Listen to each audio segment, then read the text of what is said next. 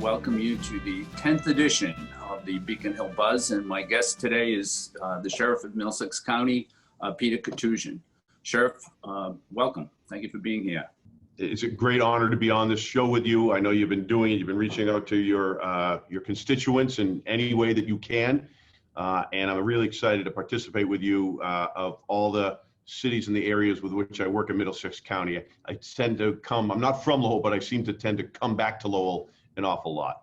Let me ask you, a lot of people hear the word sheriff and they think of the Wild West, or they even think of maybe Robin Hood and the Sheriff of Nottingham County. And so it's an older term. But could you tell us what the duties of the Sheriff of Middlesex County are today, in today's world? Sure. Well, you know, the idea of sheriff is very different in other parts of the country. I can speak about that in a little bit, but yeah, I don't wear a cowboy hat. I don't wear boots. But I got to be honest with you, I've had a couple of my colleagues from around the country that are those more traditional type of cowboy sheriffs. Yes. And when they come, and I brought them up to a class that I teach at UMass Lowell, I brought them to my facility. And wherever I go, I bring a Sheriff Mark Lamb. If you want to look him up, they can see what I'm talking about. Everywhere I bring Sheriff Mark Lamb, people would say, now that's a real sheriff. And it was really upsetting to me because I happen to be their real sheriff. But the fact is, he looked great. Our office has been in existence since 1692.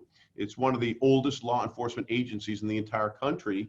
And we're a little different than other parts of the country. We're predominantly responsible for the care, custody, and control of those that are sentenced to us through the courts and those that we're holding pretrial on bail or something like that. We have 54 communities in Middlesex County. It's 1.6 million people. It's one of the largest counties in the entire country. And in each county is going to be a little bit different because of those. What always makes Middlesex different and sometimes more difficult in which to work for programming purposes that we do a lot of in Middlesex, but also if we can make it work better for the rest of the country, is that we've got 54 cities and towns. We don't have a county system, health system, or other than that. It's really state system now, but we're still constitutional offices.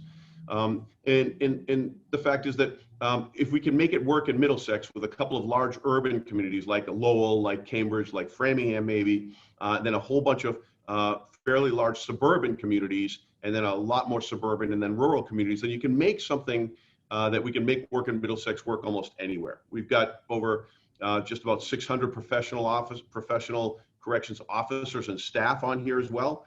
And we do a lot in the communities like mutual aid for policing, improvements for community works programs. We do our Youth Public Safety Academy, which we just wrapped up in a virtual version this year. So there's a lot of going on.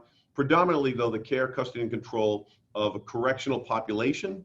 And unlike in other parts of the country that have more primary patrol function, we leave that to the local police departments, but we are always there should they have need from our SWAT unit, our warrant apprehension unit, or places like that, or our digital forensics laboratory that we use to assist local law enforcement agencies in protecting their communities and our communities as well. And you've been the sheriff, I think, for 8 years now. Before that, you were a state representative from Watertown, I think. Yeah, actually, Waltham. Many people think Watertown because my Armenian surname, but it was Waltham, Watertown, and Newton. Okay. And before that, I was a prosecutor in Middlesex. So yes, I did about 4 years as a DA, 14 years as a state representative, chairing the Committee on Healthcare.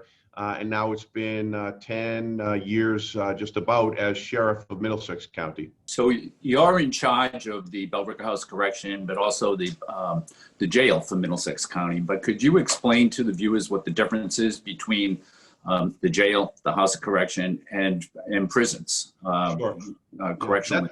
That's a great question, Senator, and you would know this, but many people don't. People think that, you know, jails are jails, but they're not. There are prisons in Massachusetts, the Department of Corrections, and it's a state-run system, and they house only those people that are sentenced, typically for much higher level, more heinous, more challenging crimes for longer periods of time. Then after that, you have the houses of corrections, which are those in each county. So our House of Corrections in Middlesex is housed in Billerica, and we have those that are sentenced generally up to 2.5 years through a district court whereas the prisons are sentenced up to life, really, through the Superior Court. Now, we can, as you know, get longer sentences. They can be from and after, but generally it's a little bit shorter sentences. We also, in the House of Corrections and Jail, have the jail, which is the housing of the pretrial population. The prisons don't do that at all. And the pretrial population of those that are held on bail or they're held without bail, but they're still innocent of the charges, and they've got to be held until their trial or they plead out or however the charges are dismissed. So they're just kind of being held without, they're still innocent of the charges, but they're being held. Very different populations, as you would know. The prisons, much more stable, long-term. People don't turn in and turn out. As a matter of fact, across the country, maybe 5 to 6, I don't even know if about 700,000 people re-enter society from jail, from prisons across the country. And I've seen the number from 10 to 12 million people re-enter society from jails across the country. So our houses of corrections and jails constantly churn and churn and churn. The pretrial population also can be sentenced to the House of Corrections, or they can be sentenced to the prison. So in our Billerica House of Corrections, we'll have a lot of criminals of a higher level that once they face their trial, should they be found guilty, they will go to the prison systems. The virus has been a challenge, I think, for every sheriff. And for that matter, every prison and just for everybody in the Commonwealth. What have you done to protect what actions did you take to protect your incarcerated population, but also the guards, the people that work there as well? I was the chairman of the Committee on Healthcare for a number of years, and public health and healthcare were a great deal of what I did and my portfolio, so to speak, in the legislature. So before we even had our first cases in Massachusetts, and really almost before we had almost any cases, you could feel this coming. I think there was maybe 1 death in Washington State, 24 cases across the country in the very end of February. And it was at that time that we actually called our first staff meeting about how we're going to deal with this potential pandemic. This is long before it was really a threat. Everyone thought it was just kind of going to go away, like SARS did before. And in fact, we started putting in place, if you know, we always go to many places now, but the doctor's office and schools now. Have you been out of the country? Back then it was, have you been out of the country? Have you been to Italy? Have you been to China? And those places where they were having the outbreaks. And then it became, but it was really like, have you been out of the country? Have you been in touch with anyone that's sick? What's your temperature? All these types of things. Are you feeling a fever? We started asking those in February, actually. And then our first case happened. We were the first sheriff's office to have a case. I'm not sure we were actually the first, but we were the first to report a case, which of course makes sense because Middlesex was one of the highest numbers, had some of the highest numbers of COVID positive people. And so we really stepped on it quickly. We brought in, the first thing we did, Senator, was we brought in an infectious disease specialist, Dr. Elise Worcell, that allowed us to make informed decisions from a medical standpoint. So what we did was every decision we made was medically driven in consultation with Dr. Worcell and our security staff, and then it was operationalized. It means like we were making a medical decision, but then we were doing it with the security issues that were necessary inside a jail. So we really did that well. Again, medically driven, then operationalized inside, not the other way around. We made over 90 operational decisions the first couple of months. We did social distancing. We actually, through our decarceration efforts with the district attorney, I know we'll speak about that hopefully at some point. You might want to ask about that at some point. We were able to reduce our population. We were able to temporarily close 4 dormitories out of our 5 dormitories in order to create greater social distancing and spacing. We increased phone calls because we had to shut down our visitation. So we actually gave out 4 free phone calls and continued to work with the DA's office, really sort of allowing her to see the bails that might have been appropriate for a reduction. So we actually identified 73 individuals that she was able to bring to the court. They reduced the bails. We actually pushed up a number of those electronic monitoring bracelets to get them outside. And then really also be able to not just keep it safe inside for the incarcerated individuals, but our officers as well. We're also able to continue to do corrections despite the fact we didn't have visitors or vendors coming in anymore. And by the way, one of the things that I really found important that we did well off the bat, and in retrospect, it makes you say that was really a good move, although at the time we just thought it was the right thing to do, was our transportation and communication. They were key to everything we did, from our staff to the public to the inmate population. We put up for the incarcerated individuals, we put up posters and public service announcement videos from myself, from Dr. Russell and others. We had, for the families, we were very transparent, communicated with them. We had 500 contacts through dedicated staff member. We dedicated to keep in touch with families or loved ones. We did many letters and roll calls for staff.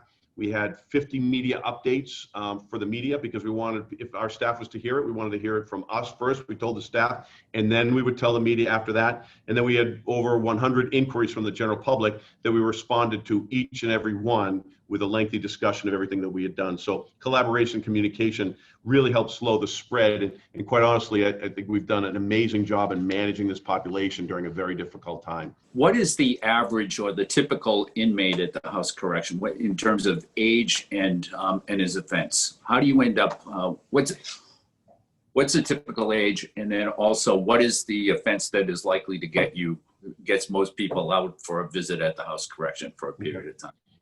So on the age, you can probably get an average age, but a typical age is probably impossible to detect. I mean, you got people that are as young, sadly, as 18.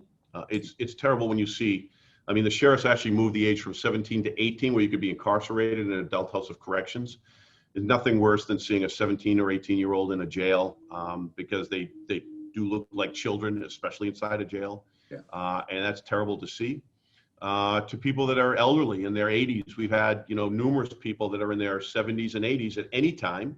And this is an issue going on in corrections across the country. The aging population of corrections is something, because with it comes a lot more medical care, mental health care, and things like that. So it's really something we're concerned about. The average length of stay can really range as well. I will say that we do have anywhere from, we've got, I mean, you don't want to say shoplifters, because no one's incarcerated for these types of crimes, the low-level crimes anymore. Even before COVID, we've been pretty smart about, I think, how we sentence people. By the numbers coming down, you can see that. But you can see that we also have people that are charged with potential life sentences that are in the jail too. So it could be any range.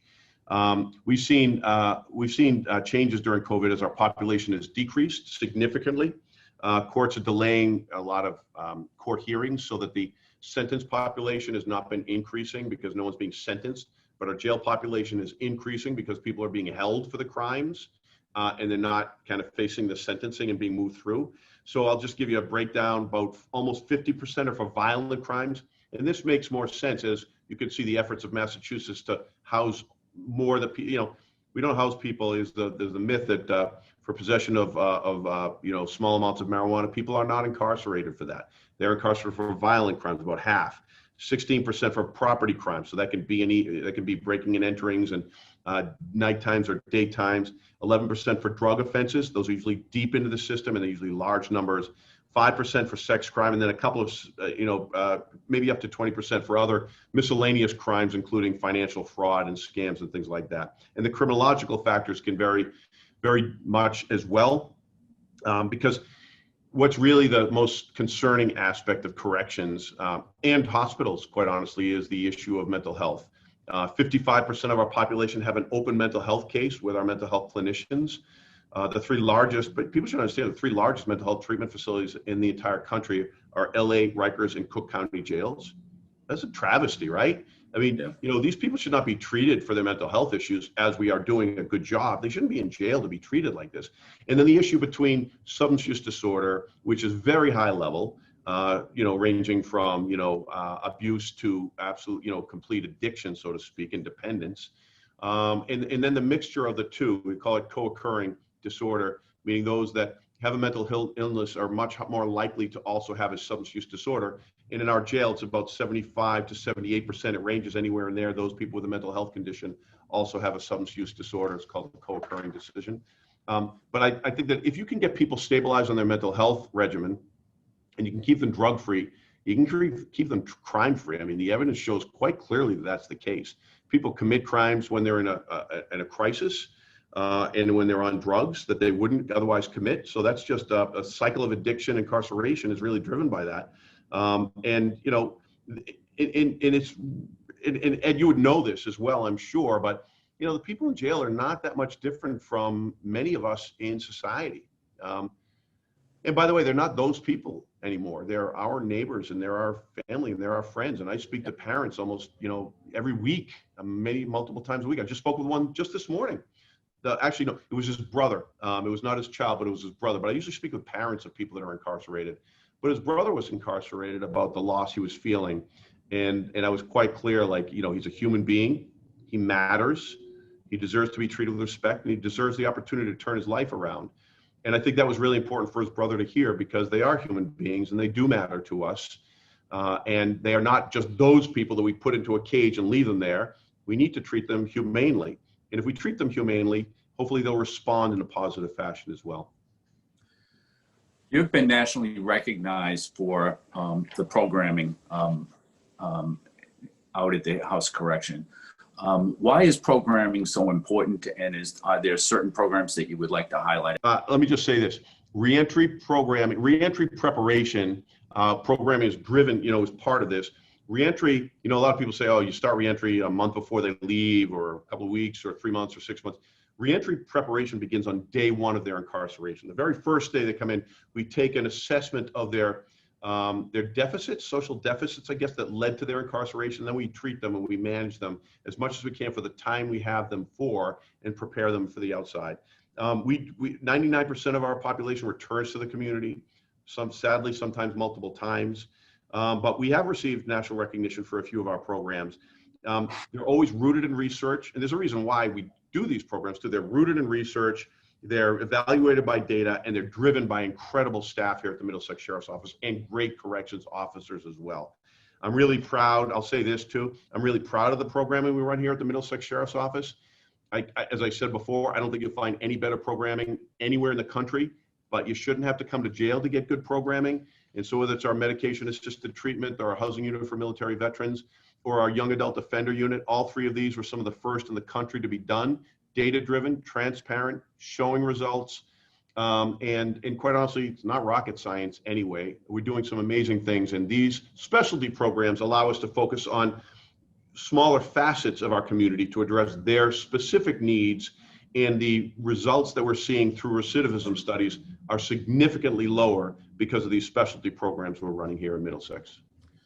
One of the newest members, I guess, of your office is Millie. And I know we have a lot of dog lovers, so could you tell us what is Millie's role? What does Millie do?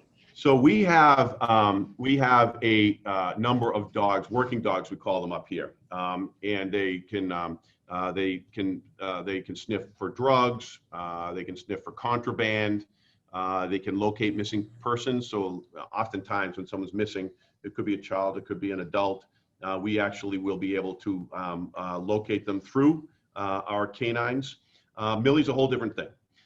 Millie is actually a therapy dog. We just got her certification, and you can probably see it. I think the Lowell Sun might have run something, but you can actually see a video with Millie highlighting Millie's experience.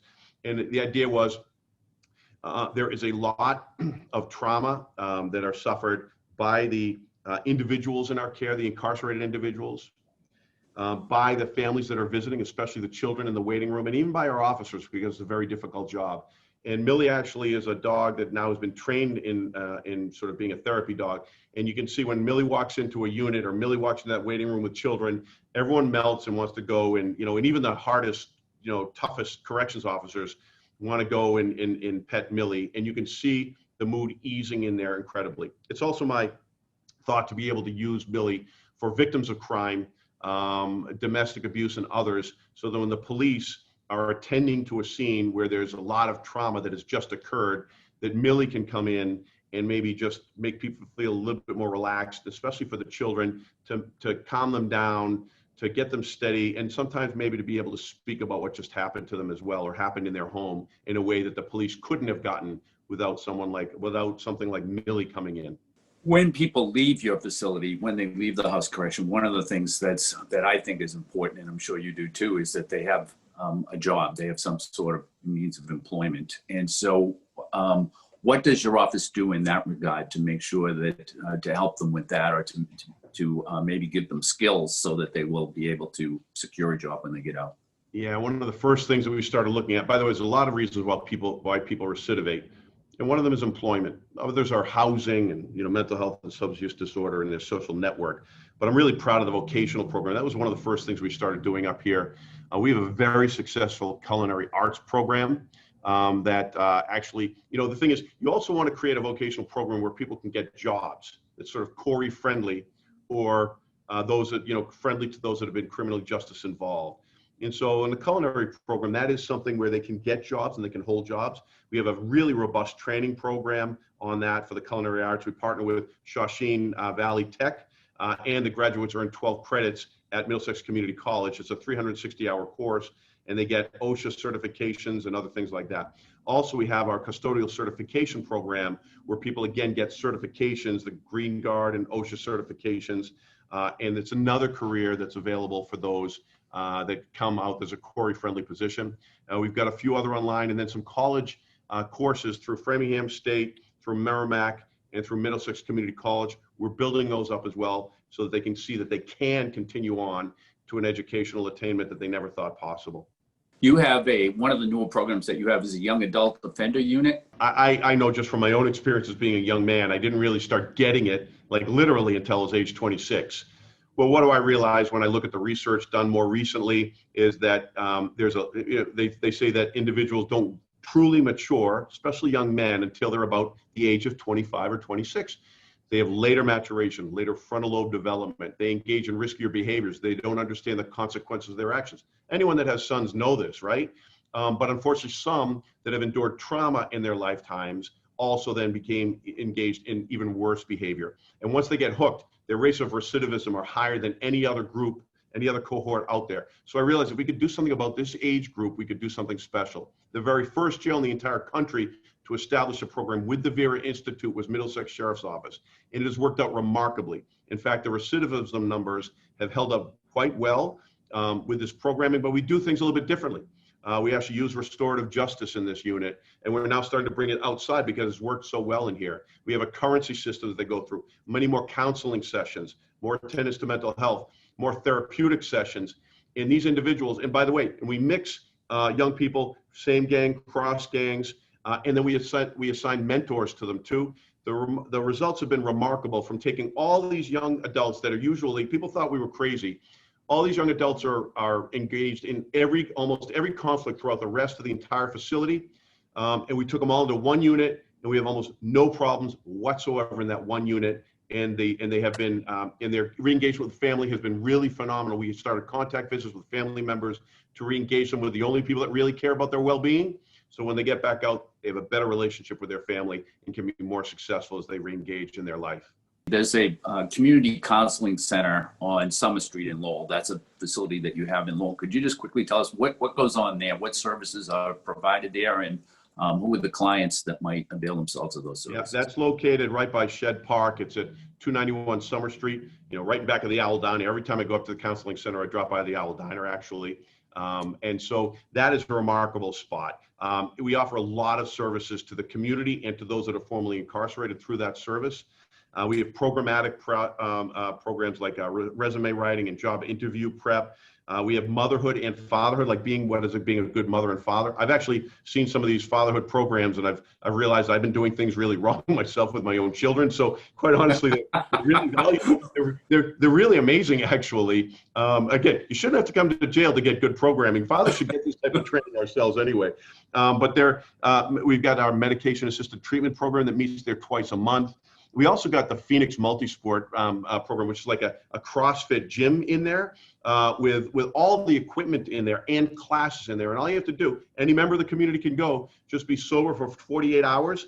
And right now they're doing some of the exercises out at Shed Park as well. But that's a remarkable thing about creating the healthy living and also a positive social network that you can re-engage with and feel better about yourself and stay positive with. So when you know that wherever else you go in your life, your old life, so to speak, you're going to run yourself into trouble, this is a place you can go to where you know you will be lifted up, not pulled down. Okay.